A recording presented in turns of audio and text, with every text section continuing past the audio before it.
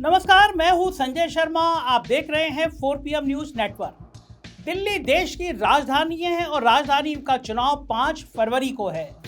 दिल्ली की खबर देश की खबर बन ही जाती है।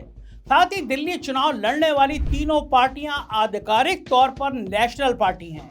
इसलिए जरूरी है कि दिल्ली के चुनाव और चुनाव से पहले हो रही राजनीति पर कुछ जरूरी चर्चा आप लोगों से कर ली जाए।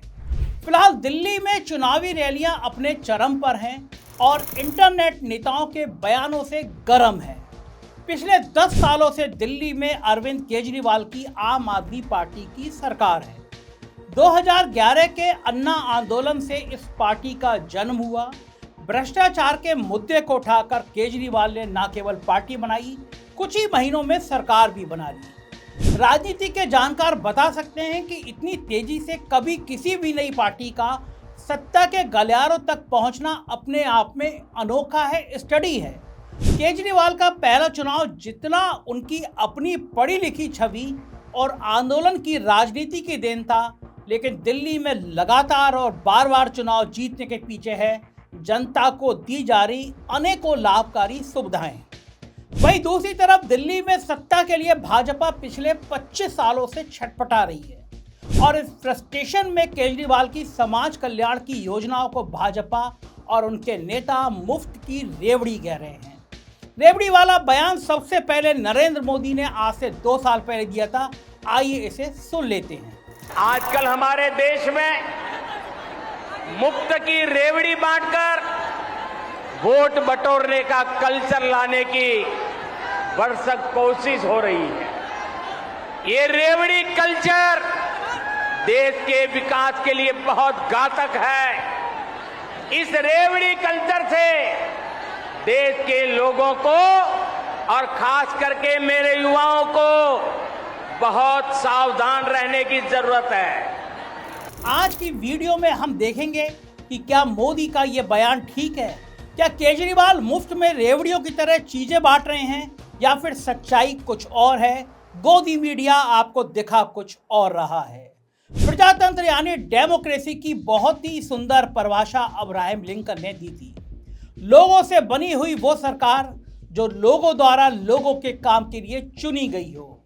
Of the people, by the people, for the people. सरकारों में मोदी और केजरीवाल जैसे लोग बैठे हैं, मतलब लोगों की सरकार है। हम सब वोट डालते हैं तो साफ है कि लोगों ने इसे चुना है। तीसरी सबसे जरूरी बात है फॉर द पीपल, यानी वो सरकार जो लोगों के लिए काम करे। अब मेरे और आपके जैसे जनता सरकार से क्या चाहती है? हमारे बच्चों के लिए सस्ती और अच्छी शिक्षा हो, परिवार में कोई बीमार हो जाए तो बढ़िया इलाज हो और हमारी जेब ना कटे, बाहर काम करने निकले तो काम का सही दाम मिले। इस तरह की मूलभूत सुविधाएं चाहना किसी भी वोटर का अधिकार है। अब वापस दिल्ली और रेवड़ियों की बात करता हूं। हमारे देश में हर 6 महीने में कहीं ना कहीं चुनाव होते हैं। हर चुनाव के कुछ घिसे पिटे मुद्दे होते हैं जो झूठे वादों की तरह बस भूलने के लिए कर दिए जाते हैं। लेकिन केजरीवाल की राजनीति में आने से पहले सरकारी स्कूल किसी भी चुनाव का मुद्दा नहीं होते थे। केजरीवाल के समर्थकों या फिर धुर विरोधी सब एक बात तो मानते हैं कि आम आदमी पार्टी ने दिल्ली में सरकारी स्कूलों का नक्शा बदला है। मुझसे केजरीवाल ने अपने इंटरव्यू में भी कहा कि हम तो बात करते हैं स्कूल की, बिजली की, पानी की। सुनिए क्या कहते हैं वो। ने तो खुलेआम बोला है कि भाई हमने दिल्ली में स्कूल ठीक कर दिए, बाकी पार्टियां हमें बुला लें, हम उनको सिखा देंगे उनके राज्यों में कि आपको स्कूल कैसे ठीक करने हैं। हम वहाँ चुनाव ही नहीं लड़ेंगे। हमें चुनाव लड़ने की क्या जरूरत है? हम विजुलाइज करते हैं कि एक दिन ऐसा हो जब देश के हर बच्चे को अच्छी एजुकेशन मिलने लगे, हर सरकारी स्कूल में पढ़ने वाले बच्चे को शानदार एजुकेशन मिले और प्राइवेट वाले में को भी शानदार एजुकेशन मिले। अब इसके 2 मॉडल हैं अगर आप आज की तारीख में विजुलाइज करो। एक ये है कि हम दिल्ली में कर रहे हैं, आज हमारी 2 राज्यों में सरकार है, पंजाब में हम कर रहे हैं, उससे सीख के पूरे देश की सारी पार्टियां जहां जहां जिसकी सरकार है कर लें, 5 साल में देश तरक्की कर जाएगा। एक मॉडल ये है। दूसरा ये है कि हमने दिल्ली में सरकार बनाई, फिर पंजाब में सरकार बनाई, अब हम देश के अलग अलग राज्यों में जाएं, कभी हमारी कुछ MLA आएंगे, कहीं सरकार बनेगी, फिर एक दिन देश में ऐसा होगा आज से कुछ साल, कुछ दशक बाद कि पूरे देश के सरकारी स्कूल ठीक होंगे। वो लंबा रास्ता है। एक भारतीय होने के नाते मैं अपने साथियों के बारे में भी कह सकता हूँ, हम सब लोग बड़े खुश होंगे कि 5 साल में देश की सारी पार्टियां कह दें भाई सारे स्कूल ठीक करेंगे मिलके। जो होगा हम तो उस राज्य में चुनाव लड़ने भी नहीं जाएंगे। आप ऐसी बातें कह रहे हो जो कभी होगा नहीं, इसलिए आप कह रहे कर हैं। सकते, क्यों नहीं कर सकते? मतलब अपनी सरकार के शुरुआती सालों में केजरीवाल ने स्कूलों के इंफ्रास्ट्रक्चर पर ध्यान दिया। भाजपा ने आरोप लगाया कि स्कूल के कमरे बनाने में भ्रष्टाचार हो रहा है। हालांकि यह आरोप आज तक किसी आधिकारिक पुलिस या कोर्ट इंक्वायरी में नहीं बदल पाए हैं। हो सकता है ये सब आरोप झूठ निकले या हो सकता है भविष्य में सच भी निकल जाए, लेकिन वर्तमान में मेरा सवाल कुछ और है। कम से कम किसी पार्टी ने सरकारी स्कूलों के उद्धार के बारे में सोचा तो सही। 2400 नए कमरे बनाए तो गए जो दिख रहे हैं। आम आदमी पार्टी की सरकार ने 38 स्कूल ऑफ एक्सीलेंस बनाए हैं। ये वो स्कूल है जहां 9वीं और 11वीं में दाखिला होता है। किसी प्राइवेट स्कूल से भी बेहतर तौर पर बच्चे को इंजीनियरिंग और मेडिकल के एग्जाम की तैयारी करवाई जाती है। ये 38 स्कूल कमाल कर रहे हैं। ये पता चलता है स्टूडेंट्स के बीच इनमें एडमिशन लेने के क्रेज को देखकर। इंडियन एक्सप्रेस की ये खबर देखिए। इन स्कूलों में 6000 के आसपास सीटें हैं, लेकिन पिछले साल 1,44,000 बच्चों ने एडमिशन के लिए फॉर्म भरे। बच्चे प्राइवेट स्कूल छोड़कर इनमें आना चाहते हैं और इस क्रेज का कारण साफ है। पूरे देश के लाखों बच्चे IIT का एग्जाम देते हैं और सीटें बस कुछ हजार होती हैं। पिछले साल दिल्ली के सरकारी स्कूल के 158 बच्चों का दाखला IIT में हुआ, जिसके लिए सरकार बधाई का पात्र है। एक तरफ प्राइवेट स्कूलों और कोचिंग में हजारों लाखों रुपए की फीस होती है, जिसने मध्यम वर्ग की भी कमर तोड़ रखी है। दूसरी तरफ इन स्कूलों की मुफ्त शिक्षा, जहां से एक गरीब का बच्चा भी अपना भविष्य बदल सकता है। अब ये क्या मुफ्त की रेवड़ी है? मोदी जी बताइए, क्या आपको अब भी लगता है कि यह मुफ्त की रेवड़ी है? सोचिए, एक गरीब आदमी भी जो सामान खरीदता है उस पर टैक्स देता है, लेकिन उसके बदले में उसे क्या मिलता है? कुछ नहीं मिलता। लेकिन अगर उसका बेटा या बेटी झुग्गी में रहकर IIT जाने का सपना देख सकते हैं, तो ये मुफ्त की रेवड़ी नहीं है, बिल्कुल नहीं है। ये वो काम है जो हर सरकार की सबसे पहली प्राथमिकता होनी चाहिए थी। इसी तरह स्वास्थ्य की बात करते हैं। केजरीवाल सरकार ने पूरी दिल्ली में 150 से ज़्यादा मोहल्ला क्लिनिक बनवाए हैं। इकोनॉमिक एंड पॉलिटिकल वीकली देश की सबसे प्रतिष्ठित सामाजिक रिसर्च की पत्रिका है। उसमें छपा यह रिसर्च का लेख देखिए। ये पाया गया कि मोहल्ला क्लिनिक का घर के नज़दीक होने से आम लोगों और ख़ास तौर पर महिलाओं के लिए बेसिक स्वास्थ्य सेवा लेना आसान हो गई है। मोहल्ला क्लिनिक के कामकाज पर भी विरोधी पक्ष सवाल उठाते रहते हैं, जैसे कि इसमें अल्ट्रासाउंड या ब्लड टेस्टिंग जैसी कोई बड़ी सुविधा नहीं है। ठीक है, इम्प्रूवमेंट की हमेशा ज़रूरत होती है और होनी भी चाहिए, मगर जहाँ कुछ नहीं था वहाँ बहुत कुछ है। इस बात का क्रेडिट अगर केजरीवाल ले रहे हैं तो ये गलत तो नहीं है। छोटी बीमारी का इलाज अगर आपके पड़ोस में हो रहा है और बीमारी के बढ़ जाने के पहले अगर कोई डॉक्टर आपको चेता देता है, तो ये अपने आप में एक बड़ा काम है, खासकर उन गरीबों के लिए जिनके कुपोषण, मासिक धर्म, बच्चों के टीके लगवाने की बेसिक जानकारी भी नहीं है। घर के आसपास बेसिक स्वास्थ्य सेवा होना मुफ्त की रेवड़ी नहीं, हर नागरिक का फंडामेंटल राइट है जो सरकार नहीं देती है। 2023 के मुकाबले 2024 में मोहल्ला क्लिनिक में 28% कम लोग आए। दवाइयों की कमी एक बड़ी वजह बनी, लेकिन 28% कम होने के बावजूद ये संख्या 1,39,00,000 थी। सोचिए, 1.5 करोड़ के आसपास मोहल्लों में मोहल्ला क्लिनिक ने अपना रोल निभाया। दिल्ली की आबादी 3 करोड़ के आसपास है, यानी आधी से ज़्यादा जनता को मदद मिली। अब अगर दवाई कम पड़ रही है या कोई सुविधा बढ़ाने की जरूरत है, तो दिल्ली की जनता को पूरा अधिकार है कि वो स्कूलों, अस्पतालों और मोहल्ला क्लिनिकों का कामकाज को लेकर दिल्ली सरकार को हरदम टाइट रखे। कुछ भी कम पेशी है तो सवाल उठाए, जम के उठाए, दमदारी से उठाए। लेकिन चुनावों के वक्त विरोधियों का ये कहना कि ये अच्छी शिक्षा या मुफ्त इलाज रेवड़ी है, मुफ्तखोरी है, यह केजरीवाल का अपमान हो ना हो, जनता का अपमान जरूर है। आगे बढ़ते हैं। 2 स्कीम और ऐसी हैं जो केजरीवाल सरकार दिल्ली की जनता के लिए लेकर आए हैं। खासकर इन 2 स्कीमों को भाजपा और इसके नेता रेवड़ी और मुफ्तखोरी की संज्ञा में डालते रहते हैं। पहली स्कीम है महिलाओं के लिए बस में फ्री यात्रा, जो केजरीवाल सरकार 2019 में लेकर आई। किसी ने कहा कि महिला ही क्यों, पुरुषों ने क्या बिगाड़ा है। फिर एक दूसरा सवाल उठता रहता है कि मध्यम वर्ग हो या अमीर, ये लोग तो अपने व्हीकल से चलते हैं, पेट्रोल के पैसे देते हैं, लेकिन गरीब मुफ्त में बसों में घूम रहे हैं। केजरीवाल तो सब कुछ बस गरीबों में बांट रहे हैं, वगैरह वगैरह। देखिए, अब इस स्कीम को 4 साल पूरे हो चुके हैं। दिल्ली में लाखों महिलाएं बसों से सफर करती हैं, तो कोई स्कीम जो लाखों लोगों के लिए है, क्या उससे सामाजिक तौर पर कोई पॉजिटिव बदलाव आया या नहीं? इस बात का जवाब भी एक व्यापक रिसर्च ही दे सकती है। और ऐसा एक रिसर्च पिछले साल अक्टूबर में ग्रीन पीस नाम की संस्था ने किया। इस रिसर्च में पाया गया कि 67%, 67% महिलाओं ने फ्री बस यात्रा करके 1000 रुपये से ज़्यादा हर महीने बचाए। और ये पैसा उन्होंने शराब पीने या जुआ खेलने पर नहीं उड़ाया, वापस देश की इकोनॉमी में लगा। कैसे, मैं बताता हूँ। 50% से ज़्यादा पैसा घर के खर्चे में गया, बाकी स्वास्थ्य और इमरजेंसी के कामों में लगाया गया। और सिर्फ गरीब महिला ही नहीं, मध्यम वर्ग की महिला भी बसों में चलने लगी। 25% ज़्यादा औरतों ने बस में सफ़र करना शुरू कर दिया। दिल्ली में 1 करोड़ के आसपास महिलाएं हैं और 3 साल में 100 करोड़ पिंक टिकट काटे गए। इससे पता चलता है कि दिल्ली की ज़्यादातर महिलाएं बस के सफ़र का इस्तेमाल कर रही हैं। इस बढ़ती संख्या का एक सीधा लाभ महिला सुरक्षा की तरफ भी जाता है। मान लीजिए, एक तरफ रात के 8 बजे बस में केवल 1 महिला है और वही फ्री टिकट के चलते दूसरी तरफ बस में 5 महिलाएं हैं, तो खुद सोचिए कौन सी स्थिति में महिला ज़्यादा सुरक्षित रहेगी। लेकिन एक सवाल फिर भी अपनी जगह खड़ा है, बस में महिलाओं की टिकट नहीं है, इस वजह से डीटीसी नुकसान में चल रही है। ये बात सच तो है, लेकिन पूरा सच नहीं है।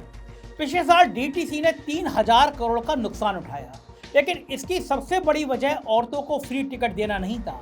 गैस के बढ़ते दाम 2009 से टिकटों के दाम किसी भी के लिए भी ना बढ़ना, पुरानी बसों का रखरखाव भी, ये 3 बड़ी वजह हैं। और ये केजरीवाल सरकार के राज में डीटीसी नुकसान में नहीं आई, हमेशा से नुकसान में रही है। जिस तरह शुरू होने के 23 साल बाद भी दिल्ली मेट्रो नुकसान में है। जी हाँ, सही सुना आपने। जिस दिल्ली में मेट्रो में अमीर गरीब हर कोई सफ़र करता है, वो ऑपरेशन लेवल पर तो प्रॉफिट में है, लेकिन सब मिलाकर नेट लॉस में है और हमेशा रहेगी। ये मैं नहीं कह रहा, दिल्ली मेट्रो के एमडी विकास कुमार ने अखबार को दिए इंटरव्यू में ये बात मानी। उन्होंने कहा कि दिल्ली मेट्रो तो क्या, दुनिया की कोई भी मेट्रो नेट प्रॉफिट में नहीं चलती और ना कभी चलेगी, क्योंकि पब्लिक ट्रांसपोर्ट पैसा बनाने की कंपनी नहीं है, बल्कि आम जनता को सुविधा देने और पर्यावरण को बचाने के लिए होती है। कोई भी लोकतांत्रिक सरकार किसी प्राइवेट कंपनी से अलग होती है। सरकार अलग होती है, बिजनेसमैन नहीं होती है। कंपनी हर हालत में मुनाफा चाहती है, चाहे उसके लिए वो लोगों को नौकरी से निकाल दे, लेकिन चुनी हुई सरकार ऐसा नहीं करती है। उसे बड़ी तस्वीर देखनी पड़ती है, जैसे भले ही मेट्रो और बसों से मुनाफा ना हो, मगर उन्हें बंद नहीं किया जा सकता, क्योंकि वो रोज लाखों लोगों को समय से और सस्ते दामों पर यात्रा कराती है। अगर मेट्रो से यात्रा ना हो, बसें ना हो और सबको सड़कों पर अपने व्हीकल से चलना पड़े, तो सड़कों पर परमानेंट जाम लग जाएगा और जिनके पास अपना व्हीकल नहीं है वो कहीं भी पहुंच नहीं पाएंगे। और इससे दूसरी सुख सुविधाओं के दाम बढ़ जाएंगे, जिसका असर सब पर पड़ेगा। उदाहरण से समझाता हूँ। आज दिल्ली के घर में झाड़ू बर्तन करने वाली कोई महिला एवरेज 2000 रुपये महीना लेती है और 3000 नहीं लेती। तो इसकी वजह है कि वो अपनी कॉलोनी से आपके घर तक बस में बिना पैसा दिए आ रही है। तो सरकार ने उससे टिकट के रूप में जो 1000 नहीं लिए, वो उसकी भी बचत है और उस मिडिल क्लास घर की भी, जहां वो काम करने आती है। वेलफेयर स्टेट किसी दुकान की तरह नहीं चलता, जहां 10 का सामान खरीदा और 12 रुपये में बेच दिया। सरकार सिगरेट, शराब जैसी चीज़ों से ज़्यादा टैक्स कमाएगी और स्वास्थ्य, शिक्षा, बस यात्रा जैसी चीज़ों में लगा देगी, ताकि कम और गैर जरूरी चीज़ों पर ज़्यादा से ज़्यादा टैक्स लगाया जाए और ज़्यादा से ज़्यादा जनता को मूलभूत सुविधाएं कम से कम दामों में दी जाए। इसी तरह दूसरी स्कीम है बिजली सब्सिडी। दिल्ली में 200 यूनिट तक बिल नहीं है, लेकिन 200 से ऊपर होते ही सारी यूनिट्स का बिल भरना पड़ेगा। इसी बिल से 400 यूनिट तक 50% छूट है, जो ज़्यादा से ज़्यादा 800 रुपये हो सकती है। इस स्कीम की भी आलोचना हुई, इसे भी रेवड़ी बोला गया। इसलिए 2023 में केजरीवाल ने घोषणा की, जो सब्सिडी चाहते हैं वो फॉर्म भरकर दे दें। जो फॉर्म नहीं भरेंगे उनको कभी नहीं मिलेगी। 51 लाख परिवारों ने फॉर्म भर दिए। एक परिवार में अगर 5 सदस्य मान लें तो तकरीबन दिल्ली में रहने वाली सारी जनता ने सब्सिडी का ऑप्शन चुन लिया। कुछ अंधभक्त ऐसे भी हैं जो सब्सिडी लेकर कहते हैं कि सबको मिल रही है तो हम क्यों ना लें। ये बात कुछ समझ नहीं आती। अगर मोदी की बात से सहमत है तो मोदी की बात पर चलो, मगर खुद ही मोदी अपनी बात पर नहीं चलते। केजरीवाल की योजनाओं को मुफ्त में रेवड़ी बताते हैं और मध्य प्रदेश में भाजपा लाडली बहन योजना के दम पर चुनाव जीत जाती है। इस योजना के तहत हर महिला के खाते में 1000 रुपये हर महीने डाले जाते हैं। और फिर ऐसी योजना महाराष्ट्र में भाजपा ने लेकर आई, जिसका नाम रखा गया लाडली बहना योजना। इसमें 1500 रुपये हर महीने महिलाओं को दिए गए। इस योजना का अहम योगदान रहा महाराष्ट्र में फिर से भाजपा की सरकार बनाने में। जब मोदी इन राज्यों में बात करते हैं तो इन योजनाओं को देश के लिए अपना कर्तव्य बताते हैं, मगर जब दूसरी पार्टी करे तो उसे मुफ्त की रेवड़ी, ये कैसा दोगलापन है। लेकिन मेरे मन में कोई शंका नहीं है, ना आपके मन में होनी चाहिए।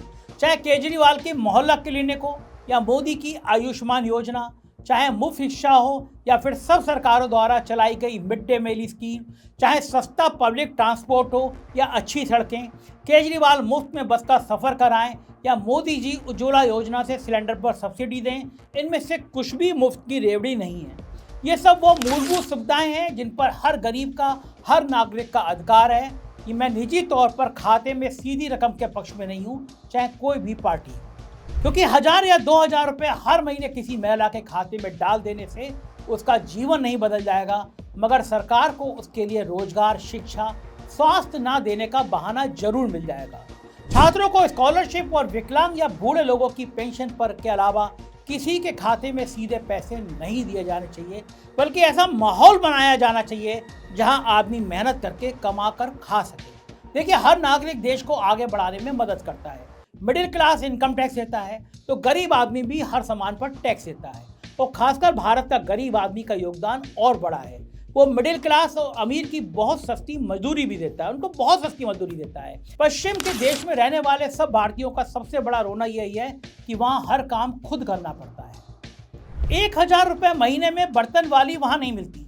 बटन दबाते ही गरीब आदमी ब्लिंकिट से सामान लेकर नहीं आता। 10-12 हज़ार रुपये महीने की पगार लेकर दिन रात जोमेटो और स्विगी पर आपका खाना ढोने वाला गरीब आदमी भारत में ही है। और जो वो गरीब आदमी आपको इतनी सुविधा दे रहा है तो उसकी बेटी अच्छे सरकारी स्कूल में पढ़ ले या उसकी बीवी अपने काम पर बस में पैसे दिए बिना चली जाए, तो ऐसी थोड़ी सी सुविधा पर नाराज मत होइए। इन्हें मुफ्त की रेवड़ी मत कहिए, मोदी जी मत कहिए, बल्कि मोदी सरकार से असली मुफ्त की रेवड़ियों के बारे में सवाल पूछिए। मैं बताता हूं कि मुफ्त की रेवड़ी क्या है। 2020 में बड़ी कंपनियों पर लगने वाला कारपोरेट टैक्स 30% से घटाकर 22% कर दिया गया। इससे सरकार को सालाना 1 लाख करोड़ का नुकसान हुआ। ये सरकारी आंकड़े हैं, फाइनेंस मिनिस्ट्री ने संसद में बयान दिया है। ये है मुफ्त की असली रेवड़ी। इस टैक्स घटाने का मकसद था कि प्राइवेट कंपनी में काम करने वाले आम आदमी की तनख्वाह बढ़ सके, मगर तनख्वाह बढ़ी किसकी? केवल कंपनी के मालिकों की। कंपनियों का मुनाफा पिछले 15 साल का रिकॉर्ड तोड़ रहा है, लेकिन काम करने वाले लोगों की तनख्वाह नहीं बढ़ रही है। और ऊपर से यही मालिक लोग बयान देते रहते हैं, हफ्ते में 70 घंटे काम करो, 90 घंटे काम करो। कारपोरेट टैक्स में छूट जैसी रेवड़ी से अमीर आदमी और अमीर होता जा रहा है, और गरीब को तो छोड़िए, मिडिल क्लास आदमी वापस गरीबी की तरफ बढ़ रहा है।